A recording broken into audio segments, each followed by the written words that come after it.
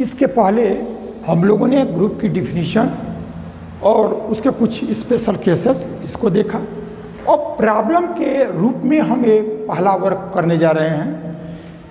इसमें क्या है कि दिया गया है कि the set of nth root of unity, unity means one का यदि हम nth रूट लें तो वो nth रूट n संख्या में आएंगे और उस n संख्या में जो nth रूट यूनिटी के आएंगे उनको यदि हम एक सेट बना लें तो वह सेट जो ये मल्टीप्लिकेशन है इस ऑपरेशन के रिस्पेक्ट में वो finite Abelian group of order n, यानी वो फाइनाइट ग्रुप होगा और एबेलियन होगा और n ऑर्डर का होगा। तो पहला काम तो हम ये करते हैं कि हम उसको ये दिखाएंगे कि वो ग्रुप हो और यदि वह ग्रुप यदि कम्यूटेटिव लॉ को सेटिस्फाई कर लेगा तो जो हमको एबेलियन दिखाना है वो एबेलियन हो जाएगा।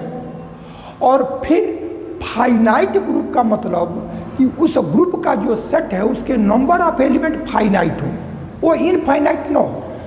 तो हमको ये दिखाना होगा कि उसमें फाइनाइट एलिमेंट होंगे। तो चूंकि यहाँ दिया भी गया है कि यूनिटी का nth रूट जब लेंगे तो हमारी उस संख्या में n होंगे तो यह हमारा फाइनाइट हो गया, तो हमारा फाइनाइट सेट हो गया। अब यहाँ ऑर्डर n दिखाना है तो किसी भी ग्रुप का ऑर्डर वह नंबर होता है जितनी उस ग्रुप का जो सेट है उसमें एलिमेंट है। यानी कोई भी हमारा ग्रुप है उस ग्रुप में जो सेट है, एक तो सेट होगा एक ऑपरेशन होगा, तो जो सेट होगा उस सेट में जितने एलिमेंट होंगे उनकी संख्या जो है वही हमारा उस ग्रुप का ऑर्डर कहलाता है। तो यदि इसका वन का nth रूट लेंगे तो वो हमारा n आएगा, तो इसलिए उस ग्रुप का ऑर्डर n हो जाएगा। अब हमको सिर्फ इतनी बात दिखानी है कि जो ग्रुप है वो जो ये सेट है वो मल्टीप्लिकेशन के रिस्पेक्ट में वो ग्रुप हो जाए और जब कम्यूटेटिव दिखा लेंगे तो एबेलियन ग्रुप हो जाएगा। अब हम ग्रुप की तरफ बढ़ते हैं। तो ग्रुप के लिए दो चीज़ें चाहिए, एक तो आपका सेट और एक ऑपरेशन। तो ऑपरेशन तो मल्टीप्लिकेशन यहाँ दिया गया है, लेकिन जो सेट है वो सेट के एलिमेंट अभी दिया नहीं है, सिर्फ ये कहा है कि वन का nth रूट जो आएगा वही हमारा सेट होगा।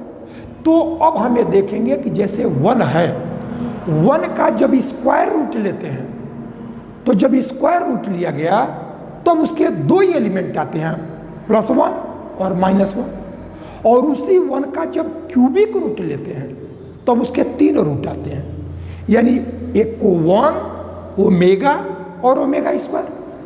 इससे हमको ये मिलता है कि वन का जितना रूट लेंगे उसके उतने ही एलिमेंट आएंगे। तो यदि वन का हम nth रूट लेंगे तो उसके n एलिमेंट आएंगे। अब वो n एलिमेंट क्या हो ये डिटरमिन करना हमारा पहला वर्क है, क्योंकि जब हमारा ग्रुप के एलिमेंट मालूम रहेंगे तभी हम ग्रुप की जो प्रॉपर्टी है उसको हम चेक कर पाएंगे। तो अब पहला वर्क इसका है वो हम ये निकालने जा रहे हैं कि वन का यानी यूनिटी का nth रूट कैसे डिटरमिन करें। तो उसके लिए हम क्या करेंगे,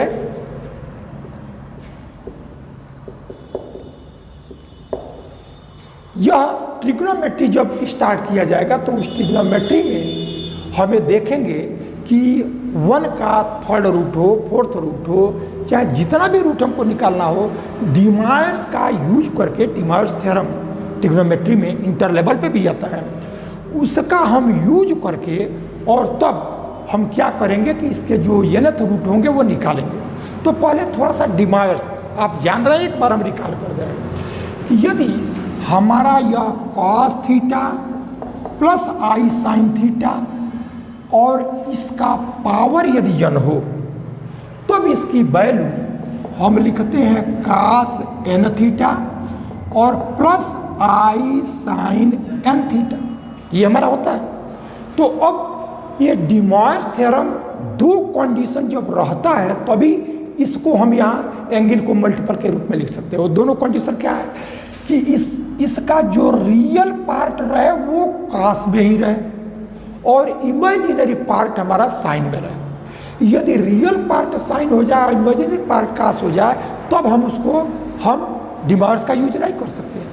तो उसके लिए हमारा यह रियल पार्ट कास में होना चाहिए और इमेजिनरी पार्ट हमारा साइन में होना चाहिए, ये पहली बात।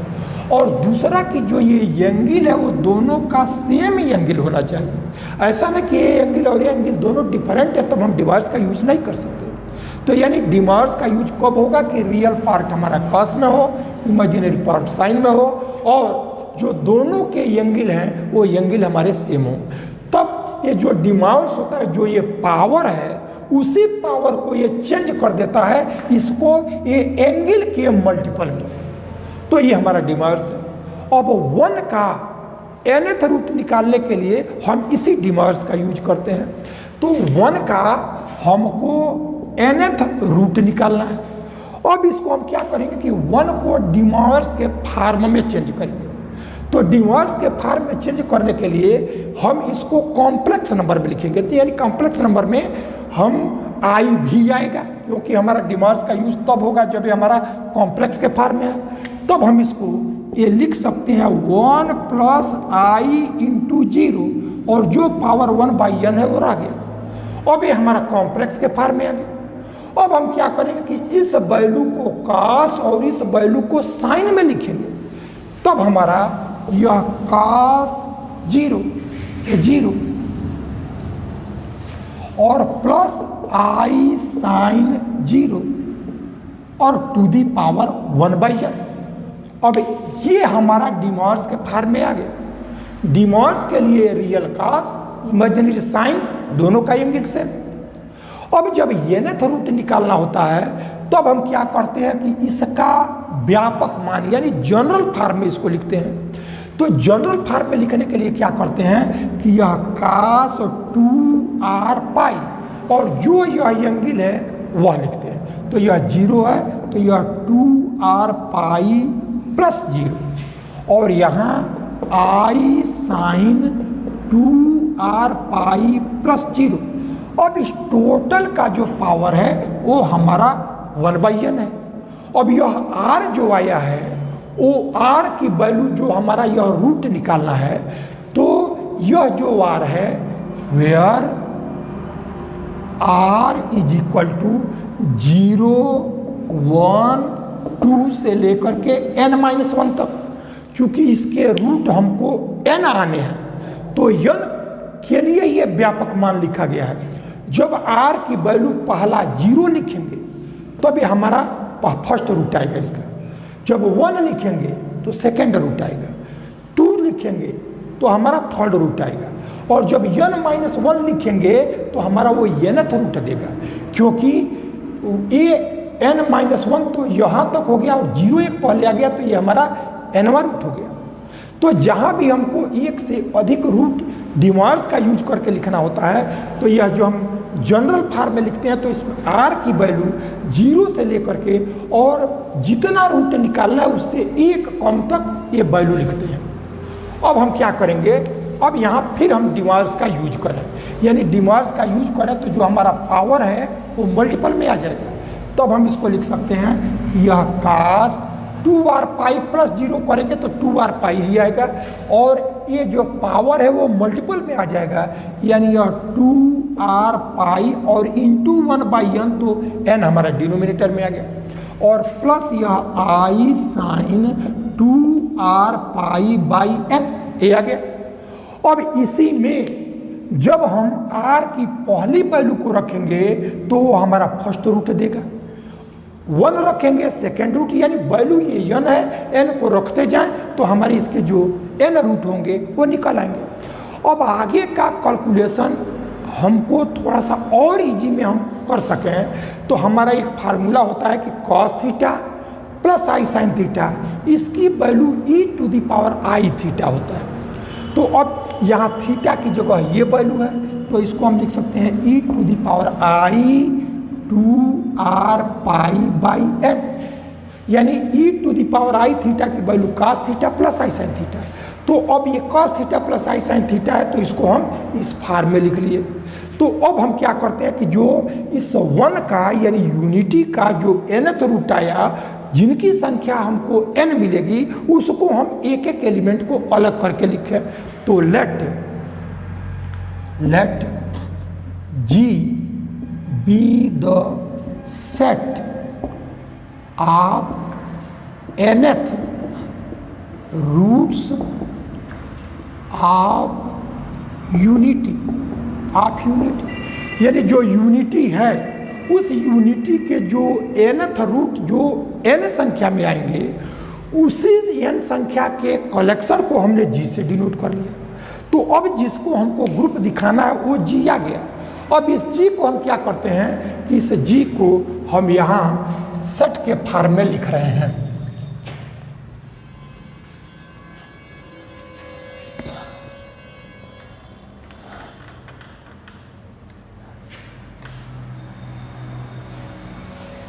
अब देखें हमको सेट यहाँ मिल गया। तो जो यह G डिनोट किया गया है तो यह G ये जो सेट आया। अब देखो R की वैल्यू 0, इसमें हम पहला रखेंगे तो यह e⁻⁻² और R की वैल्यू 0 π/n फर्स्ट रूट हुआ। अब उसके बाद से सेकेंड में हम दूसरी वैल्यू रखेंगे तो e⁻⁻²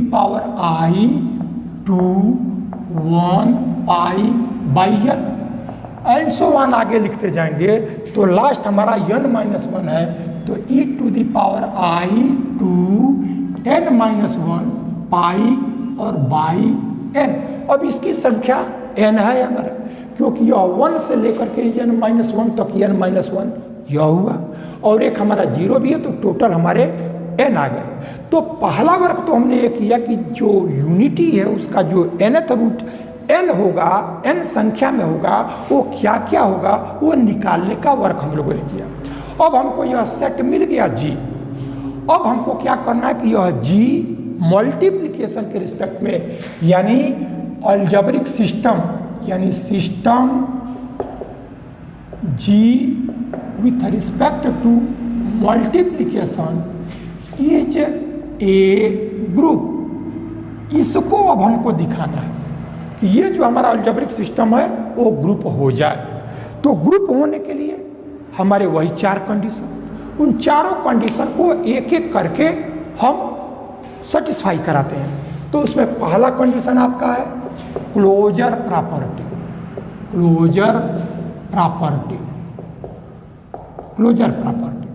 तो क्लोजर प्रॉपर्टी के लिए आप क्या करते हो कि जो सेट है उस सेट का कोई 2 एलिमेंट लो और उन दोनों एलिमेंट के बीच जो ऑपरेशन है उसको ऑपरेट करो। यदि वो रिजल्ट फिर उस सेट में आ जाए तो हमारा क्लोजर हो गया और यदि नहीं आएगा तो क्लोजर नहीं होगा।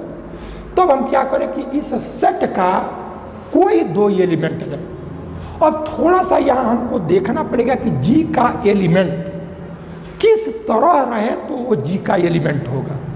तो हमें देख रहे हैं कि जो जितने भी एलिमेंट हैं उस सब में e⁻⁻² π/n इतना हर एलिमेंट के साथ है। चेंज हुआ है सिर्फ R की वैल्यू, यानी e⁻⁻² π/n में R की जगह 0 1 से लेकर के n-1 तक यदि है तब वो इस G का एलिमेंट है, और यदि इसके अतिरिक्त R की जगह आया है तब वो हमारा G का एलिमेंट नहीं होगा। तब हम क्या करते हैं कि इस सेट का हर 2 एलिमेंट केवल इन 2 को ले लें, उसी के लिए नहीं, इसमें से कोई 2 लें, सबके लिए क्लोजर हो। तो इसके लिए हम क्या करते हैं कि इसका जनरल 2 एलिमेंट हम ले लें, यानी जो R की वैल्यू है तो R की वैल्यू में एक को हमने R1 और एक को R2। अब इस बात को थोड़ा सा क्लियर करना, R1 और R2 का क्या अभिप्राय है कि R1 की वैल्यू 0 1 2 से लेकर के n-1 तक कोई हो सकता है और R2 0 1 2 से लेकर के n-1 तक कोई हो सकता है। तब हम क्या करते हैं कि इसमें लेट e⁻⁻² R1 π/n और e⁻⁻² R2 π/n belongs to G। अब यह G में तभी एलिमेंट होगा जब R1 की भी वैल्यू क्या हो, ये R1 की भी वैल्यू ये हमारा यह 0 से लेकर के और n-1 तक ही होना चाहिए, और जो R2 है इसकी भी वैल्यू हमारा 0 से लेकर के और n-1 तक होना चाहिए। ठीक है ये। अब यहाँ यदि इसमें हम e⁻i2 यदि 0 π/n लिखते, e⁻i2 1 π/n लिखते, तो वो तो केवल इन दो एलिमेंट के लिए होता, लेकिन कोई दो एलिमेंट हो जाए इसलिए r की जगह R1 और R2 लिख लिया गया। ठीक है ये। अब हम क्या करेंगे कि इस सेट का दो एलिमेंट ले लिया गया। अब क्लोजर मल्टीप्लिकेशन के रिस्पेक्ट में होना है, इसलिए इन दोनों के बीच में जो मल्टीप्लिकेशन ऑपरेशन है उसको ऑपरेट करें। तब हमारा e⁻i2 R1 π/n और इंटू e⁻i2 R2 π/n ऐसा हो गया। अब इन दोनों को जब प्रोडक्ट करेंगे तो हम जानते हैं कि यदि बेस एक ही हो और प्रोडक्ट हो तो पावर ऐड हो जाता है। तो यह पावर ऐड होगा तो e⁻i, अब देखो i2 π/n ये दोनों में है, तो जब पावर ऐड होगा तो एक कॉमन आ जाएगा, और हमारा e⁻i2 R1 + R2 और π/n इस फॉर्म में आ जाएगा। ठीक है ये। अब इसको यहाँ से हम हटा करके यही लिख लेते हैं, वेयर r = 0 1 2 से लेकर के n-1 तक।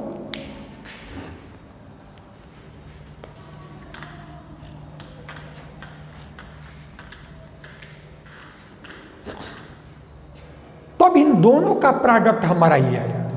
अब हमको ये देखना है कि यदि यह प्रोडक्ट से जो आया यदि ये इस सेट का एलिमेंट हो जाएगा तब तो एक क्लोजर हो जाएगा, और यदि नहीं आएगा तो फिर क्लोजर नहीं होगा। अब ये देखें कि यह इस सेट में है या नहीं, तो इसके लिए इसमें जितने भी एलिमेंट हैं सब e⁻i2 π/n और यहाँ r, यदि R1 + R2 यदि हमारा 0 से लेकर के n-1 तो कोई रहे तब तो हमारा G का एलिमेंट हो जाएगा, और यदि हम नहीं रहे तो फिर उस पर हमको विचार करना पड़ेगा कि वो इसमें होगा कि नहीं होगा। तो अब आप देखो इस R1 + R2 के दो केस लेते हैं।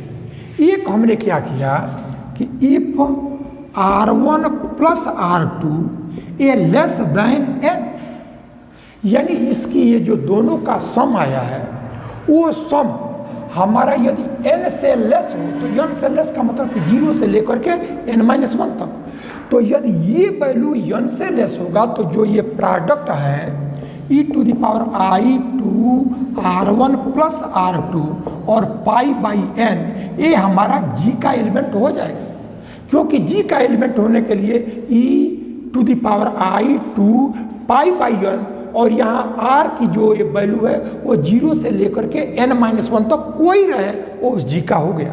तो हमने पहला केस जो लिया है कि R1 + R2 यदि n से लेस है तो जब n से लेस होगा तो n-1 तक ही होगा, और यदि ऐसा है तब तो हमारा यह G का एलिमेंट हो गया।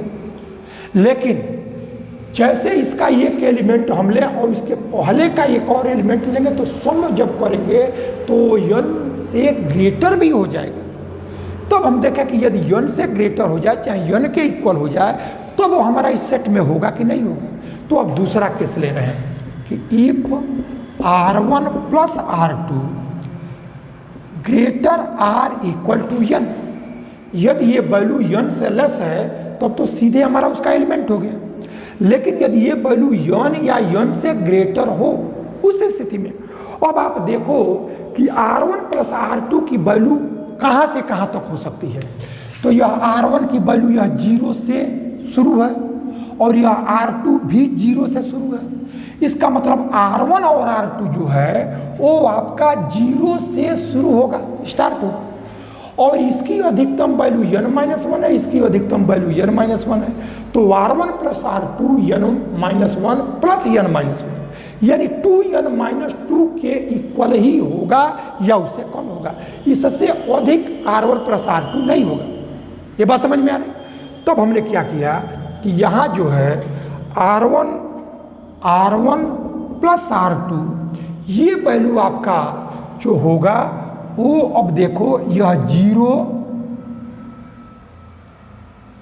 यानी R1 प्लस R2 की वैल्यू को जब हमने लिया है वो n या n से ग्रेटर के लिए लिया है, तब हम क्या करते हैं कि इस पहले वाले को यानी n क्योंकि n से लेस के लिए इस पहले केस में हम डील कर चुके हैं, तो अब ये वैल्यू या तो n होगा, नहीं तो यह n+1 होगा, नहीं तो n+2 होगा, और लास्ट यह दोनों का सम 2n - 2 मैक्सिमम यहीं तक होगा।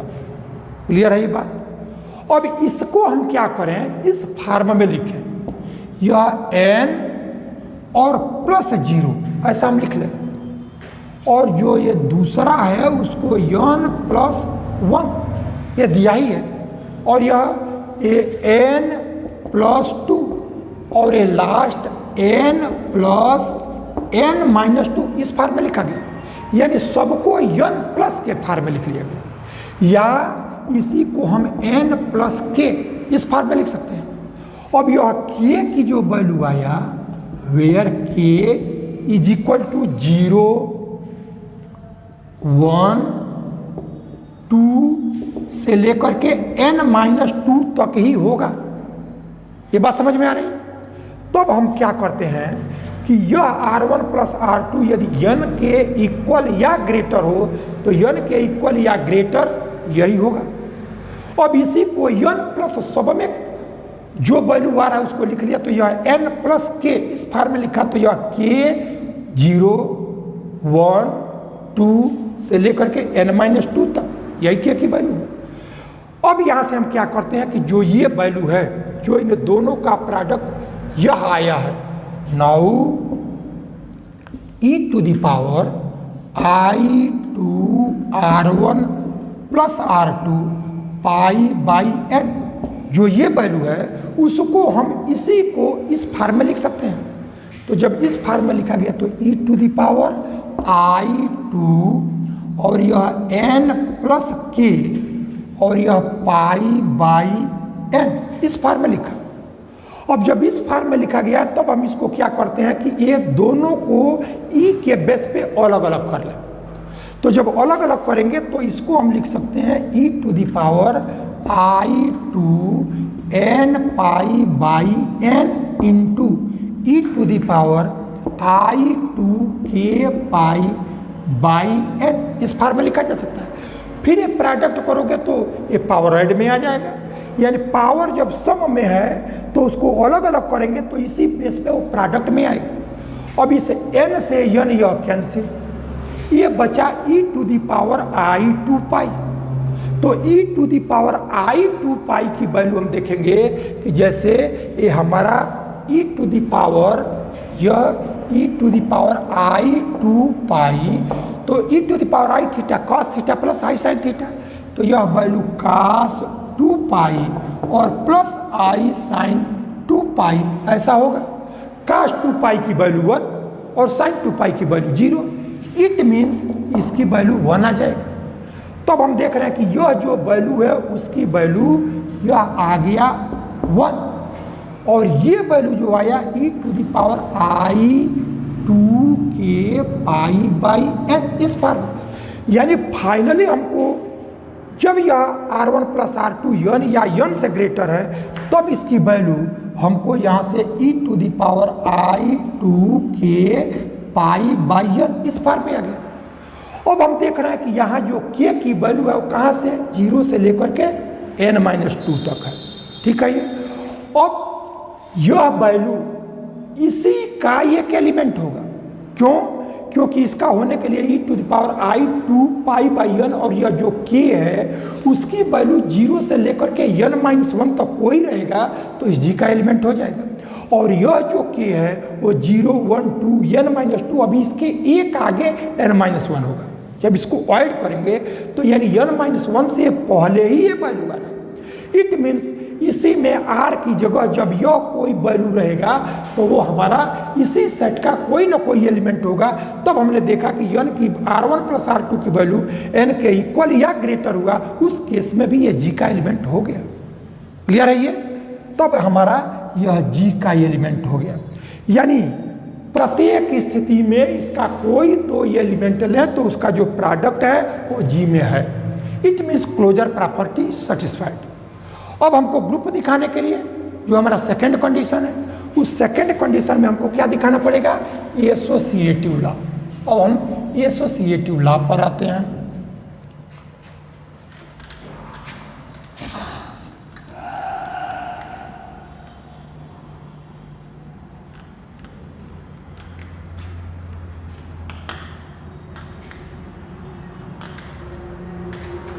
अब एसोसिएटिव दूसरा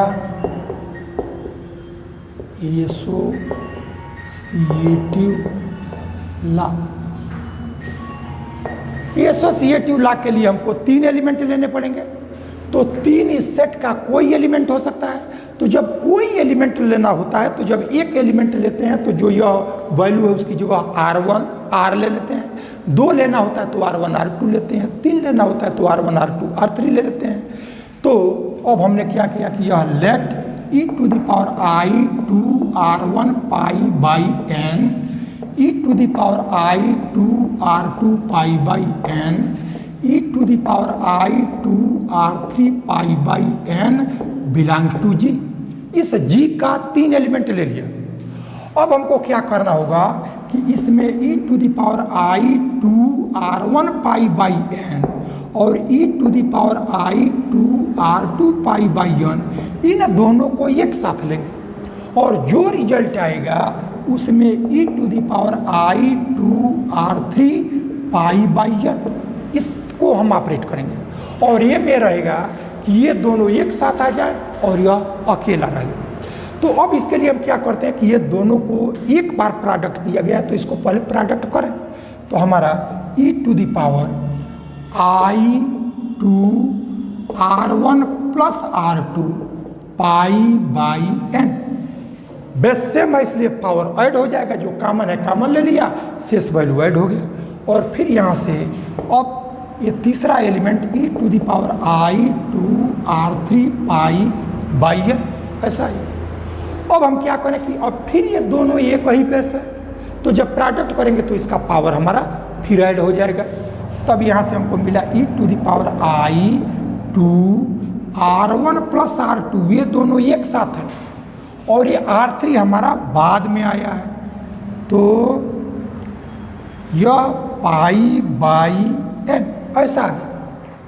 तो अभी तो सिंपल से इसके तीन एलिमेंट लिए गए, एक ही बेस पे है तो जब प्रोडक्ट करते हैं तो पावर सब हो जाता है और उसी का यूज करते हुए हम इस रिजल्ट पे आए। लेकिन हमारा एम क्या है? ये भी है कि ये R1 वाला टर्म अलग हो जाए, R2 R3 एक साथ आ जाए। तो अब हम क्या करते हैं कि ये R1 क्या है?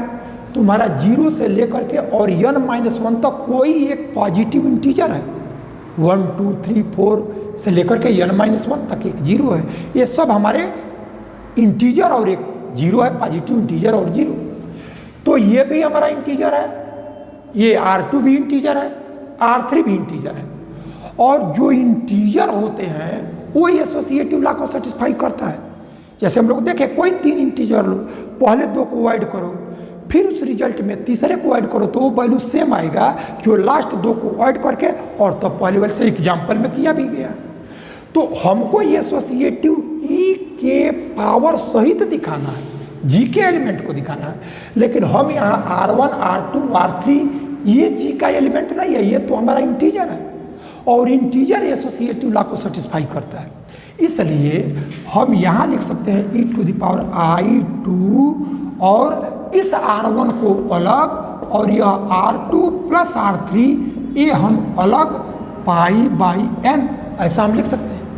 यानी हमने इसमें और कहीं कोई परिवर्तन नहीं किया है, केवल जो R1 R2 R3 जो इंटीजर है वो इंटीजर में इन दोनों को ऐड करके तब इसमें ऐड करो तो वही बात आएगी जो इन दोनों को ऐड करने पर और पहले को ऐड करें वो सेम होगा। लेकिन ये ऐसा किया क्यों गया? क्योंकि हमारा पर्पज है कि ये दोनों एक साथ हमें और ये अलग हो, उस पर्पज से इसको हमने एक साथ किया। अब हम क्या करेंगे कि अब ये ई का बेस सब पे अलग अलग है, तब हम क्या करें कि सबको अलग अलग बेस पे करें। तो जैसे हमको पता है कि यदि हमारा e to the power x into e to the power y है तो e to the power x plus y. अब इससे हमको e के अलग अलग पर तो ये हमारा प्रोडक्ट में आ जाएगा।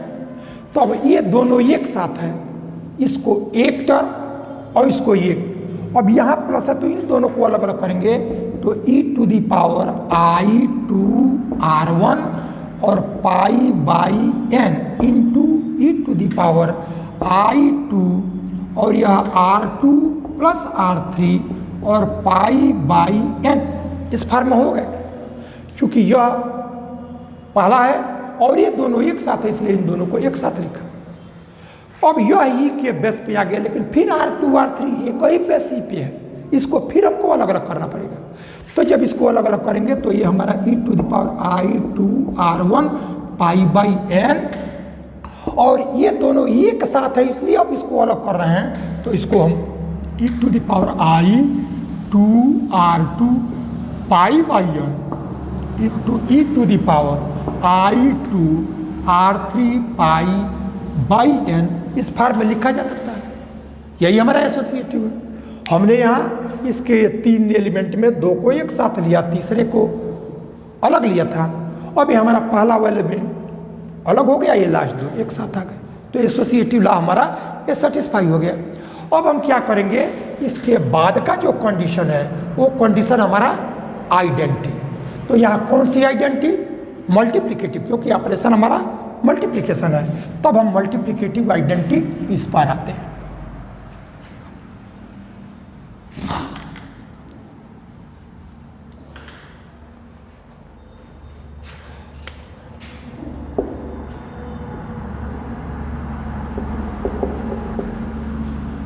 आइडेंटिटी हमें ये पता है, अभी हम लोग नेचुरल नंबर, इंटीजर, इन सारे केसेस को अभी डील किया था।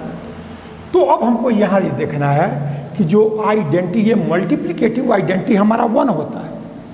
अब हम देखेंगे कि जो हमारा यह सेट दिया गया है इसमें 1 देने वाला कोई एलिमेंट है क्या, क्योंकि मल्टीप्लिकेटिव आइडेंटिटी 1 है, सिर्फ इतने से वर्क नहीं होना है, वो एलिमेंट उस सेट में होना चाहिए। तो 1 जो है वो इस सेट में होना चाहिए। तब हम देखें कि इसमें 1 देने वाला कोई एलिमेंट है क्या। तो जब यह 0 है तो ये प्रोडक्ट करेंगे पावर का, तो ये टोटल 0 हो गया, और e to the power 0 means 1 हो गया। यानी यह जो एलिमेंट है वो हमको 1 दे रहा है और वो इस g का एलिमेंट भी है। तब हमारा ऐसा सोचना है कि जो यह g का एलिमेंट जो 1 दे रहा है, इस सेट का वही मल्टीप्लिकेटिव आइडेंटिटी होना चाहिए।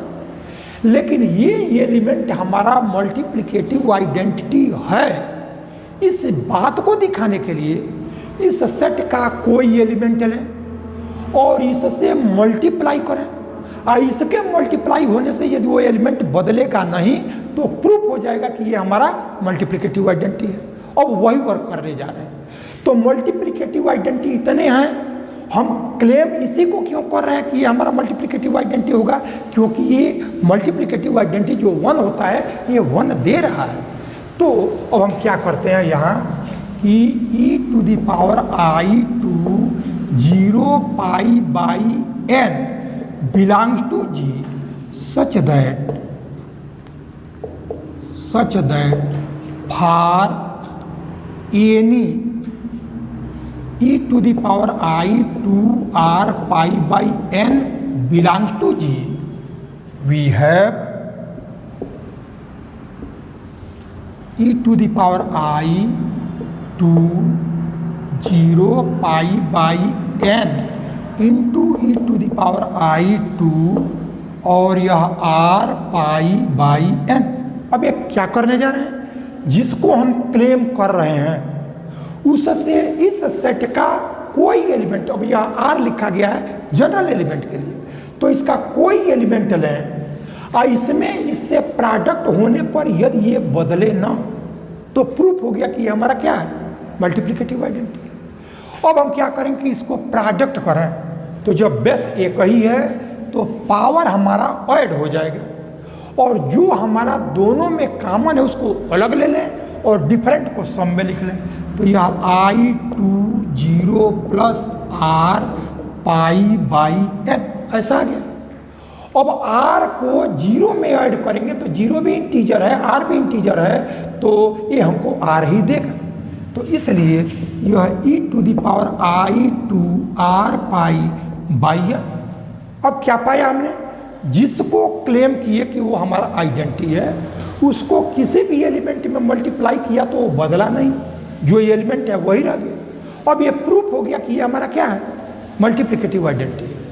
अब हमारा ग्रुप होने के लिए एक कंडीशन और बचा है, वो हमारा मल्टीप्लिकेटिव इन्वर्स। तो मल्टीप्लिकेटिव इन्वर्स में क्या है कि हम कोई जनरल एलिमेंट लेंगे और तब ये दिखाएंगे कि जो भी एलिमेंट इस जी का लेंगे सबका मल्टीप्लिकेटिव इन्वर्स बिलोंग करेगा। तो अब हम चौथा कंडीशन लेने जा रहे हैं मल्टीप्लिकेटिव इन्वर्स का। तो हम कोई एक जनरल एलिमेंट ले लें, तो let e to the power I2 R pi by n belongs to G. ये जी का कोई एक एलिमेंट हो गया। अब इस एलिमेंट के लिए हमको एक मल्टीप्लिकेटिव इन्वर्स पाना है। तो किसी भी एलिमेंट का मल्टीप्लिकेटिव इन्वर्स वही एलिमेंट होता है जिसको इसमें हम मल्टीप्लाई करें तो मल्टीप्लिकेटिव आइडेंटिटी दे दें। तो अब हमारा जो इस जी का यह एलिमेंट है, तो इसी के लिए let this belongs to G, we find e to the power I2n minus R belongs to G such that. अब देखो क्या किया हमने, ये कोई एलिमेंट लिया और इसमें जो nth रूट है, ये nth रूट के लिए, तो उसी n में से जो एलिमेंट R है इसको हमने सब्ट्रैक्ट कर दिया और यहाँ पाई भी रहे, सब्ट्रैक्ट कर दिया। अब ये जो एलिमेंट आया वो हमारा इस जी के एलिमेंट के फॉर्म में हो गया। अब हमारा क्लेम यह होगा कि यह जो एलिमेंट है यही एलिमेंट इस एलिमेंट का मल्टीप्लिकेटिव इन्वर्स होगा। तो इसका ये मल्टीप्लिकेटिव इन्वर्स हो जाए, इसके लिए इसमें यदि इसको मल्टीप्लाई करके मल्टीप्लिकेटिव आइडेंटिटी दिखा दें तो हमारा प्रूफ हो जाएगा कि यह एलिमेंट इसका मल्टीप्लिकेटिव इन्वर्स है। तो वही वर्क हम करने जा रहे हैं, such that e to the power I2 R pi by n into e to the power I2 n minus R pi by n। अब दोनों को प्रोडक्ट करें, तो जब प्रोडक्ट करेंगे तो पावर सम होगा। तो यहाँ e to the power I2 जो कॉमन है वो कॉमन, और यह R plus n minus R, और यह पाई बाई n ऐसा हो गया। अब यह plus R minus R cancel हो गया और तब हमारा e to the power I2n pi by n, और फिर n हमारा कैंसिल हो गया। तब हमको मिल गया e to the power I2 और यह पाई बाई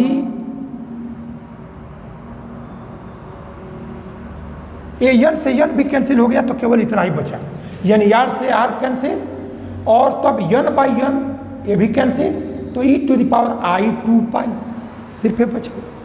तो जब ये बच गया तो इसी की वैल्यू हमारा cos 2 pi plus I sin 2 पाई, और वो वैल्यू 1 देता है। इट मीन्स हमने देखा कि इस एलिमेंट में इस एलिमेंट को मल्टीप्लाई किया तो हमारा यह मल्टीप्लिकेटिव आइडेंटिटी 1 दे दी, और जब ये दे दिया ये 1 तो ये प्रूफ हो गया कि यह एलिमेंट इसका क्या हो गया, मल्टीप्लिकेटिव इन्वर्स हो गया। तो विच सोच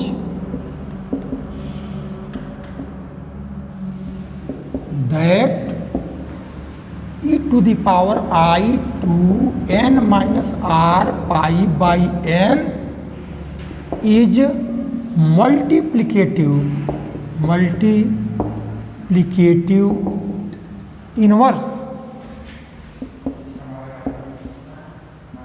inverse in G, inverse of element e to the power i 2r pi by n in g, ऐसा होगा। अब ये वर्क जो हमने दिखाया वो एक एलिमेंट के लिए नहीं है। यदि हम यहाँ r की वैल्यू 1 लिखेंगे तो n-1 उसका मल्टीप्लिकेटिव इनवर्स होगा। तो यहाँ r की जो भी वैल्यू है वो लिखेंगे तो n-वो, तो प्रत्येक एलिमेंट का हमको मल्टीप्लिकेटिव इनवर्स मिल गया। इट मीन्स जो ये अलजेब्रिक सिस्टम है वो ग्रुप होने के जो 4 कंडीशन है, चारों को क्या कर लिया, वो सेटिस्फाई कर लिया। अब ये एबेलियन केवल ग्रुप पूछता तो हमारा वर्क समाप्त है, लेकिन एबेलियन ग्रुप पूछा जा रहा है तो एबेलियन ग्रुप के लिए हमको 5वीं कंडीशन कम्यूटेटिव, इसको भी दिखाना पड़ता है। तो उसके लिए क्या करेंगे कि उस सेट का 2 एलिमेंट लेंगे, दोनों में मल्टीप्लिकेशन जो ऑपरेशन उसको ऑपरेट करेंगे और तब उसका क्रम चेंज हो जाए, फिर भी उसकी वैल्यू में कोई परिवर्तन न हो। तो अब हम क्या करते हैं कि last condition commutative law.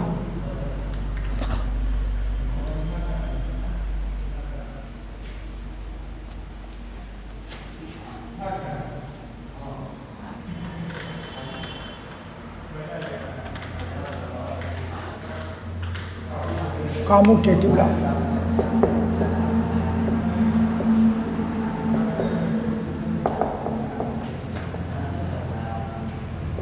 Commutative law के लिए इसका 2 एलिमेंट ले लें। तो let e to the power i 2r1 pi by n e to the power i 2r2 pi by n belongs to g। इस g का 2 एलिमेंट ले लिया। तो e to the power i 2r1 pi by n into e to the power i 2r2 pi by n, base 1 है तो हमारा e to the power i 2r1 plus r2 और pi by n ऐसा है। अब हमको ये दिखाना है कि जो r2 है वो पहले आ जाए और r1 हमारा बाद में आ जाए। तो सिर्फ r1 और r2 को देखें तो r1 भी 0 से लेकर के n-1 तक कोई इंटीजर है और r2 भी वही इंटीजर है, और इंटीजर कम्यूटेटिव लॉ को सेटिस्फाई करता है, यानी 2 + -3 इज इक्वल टू -3 + 2। तो ये इंटीजर है और एक कम्यूटेटिव लॉ को सेटिस्फाई करता है, इसलिए शेष को बिना चेंज किए ई टू द पावर आई 2 शेष जो वैल्यू है वो वैसे ही रहा। सिर्फ हमारा r1 और r2 2 इंटीजर है, इसलिए वो कम्यूटेटिव लॉ को सेटिस्फाई करेगा, हमने उसको यूज कर लिया। अब हमको जो चाहिए वो दोनों ई के बेस पे चाहिए, यहाँ ई एक ही बेस पे है। अब दोनों को जब अलग अलग करेंगे तो जो हमारा पावर प्लस में है, जब दोनों अलग होगा तो उसी बेस पे वो प्रोडक्ट पे आ जाएगा। तब हमारा यह e to the power i 2r2 pi by n into e to the power i 2r1 pi by n ऐसा आ गया। अब ये हमारा कम्यूटेटिव लॉ हो गया। तो इस तरह से ये बेलियन ग्रुप हो गया। अब ये कहा जा रहा है कि ये फाइनाइट होगा, तो ग्रुप में n एलिमेंट है और n हमारा फाइनाइट है, और फिर कहा जा रहा है कि उसका आर्डर n हो जाए। तो किसी भी ग्रुप में जो सेट G है उसके जितने एलिमेंट होंगे वही हमारा आर्डर होगा। इसका मतलब n एलिमेंट है तो जो ग्रुप है उसका आर्डर n हो गया। Hence algebraic system G with respect to multiplication is an abelian group of order n। n order का हमको ग्रुप मिल गया। इस तरह से आपका एक कंप्लीट प्रॉब्लम।